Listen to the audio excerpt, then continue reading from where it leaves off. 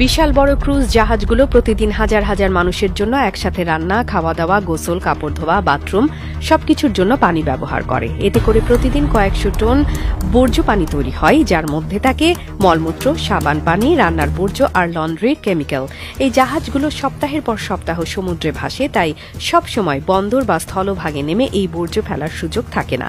এ কারণেই অধিকাংশ জাহাজ সমুদ্রের মাঝখানে এসব বর্জ্য ছাড়ে। তবে বিষয়টা যেভাবে ভাবা হয় বাস্তবটা ঠিক তেমন না। এই জাহাজগুলো সরাসরি কাঁচা ময়লা বা কাঁচা পয় বর্জ্য সাগরে ফেলে না। তার আগে প্রতিটি জাহাজে থাকা ওয়েস্ট ওয়াটার ট্রিটমেন্ট প্ল্যান্টের মাধ্যমে এই পানি প্রক্রিয়াজাত করা হয়। পুরো সিস্টেমটা অনেকটা ছোট পানি শোধনাগারের মতো। প্রথমে মলমূত্র ও বড় জৈব বর্জ্যগুলো আলাদা করা হয়, এরপর রাসায়নিক ও জীবাণুনাশক ব্যবহার করে ব্যাকটেরিয়া ধ্বংস করা হয়।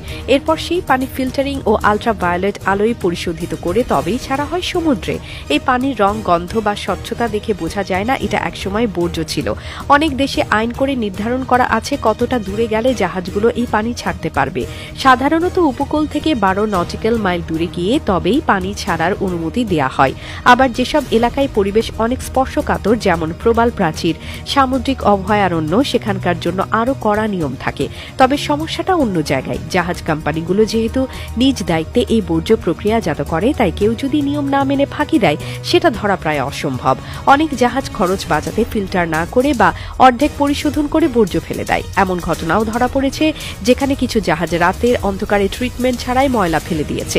এই পুরো প্রক্রিয়া পরিবেশ বান্ধব হলেও পুরোপুরি নিরাপদ বলা যায় না, কারণ অনেক ক্ষুদ্র রাসায়নিক উপাদান এমন থাকে যেগুলো প্রক্রিয়াজাত করলেও সামুদ্রিক প্রাণী বা প্ল্যাঙ্কটনের উপর প্রভাব ফেলে। বিশেষ করে স্যাভিংস, ক্লিনার, কসমেটিক উপাদান আর লন্ড্রি ডিটারজেন্ট থেকে আসা উপাদানগুলো সমুদ্র জলে মিশে ধীরে ধীরে মারাত্মক ক্ষতি করে।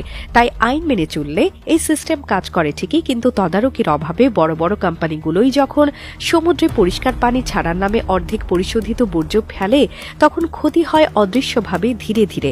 আর এই কারণে সমুদ্রের অনেক এলাকাতে এখনো পানির নিচে অক্সিজেনের পরিমাণ কমে যাচ্ছে। কিছু মাছ ও সামুদ্রিক প্রাণী সরে যাচ্ছে অন্যদিকে, কারণ ওরা সে বর্জ্য সামলাতে পারে না।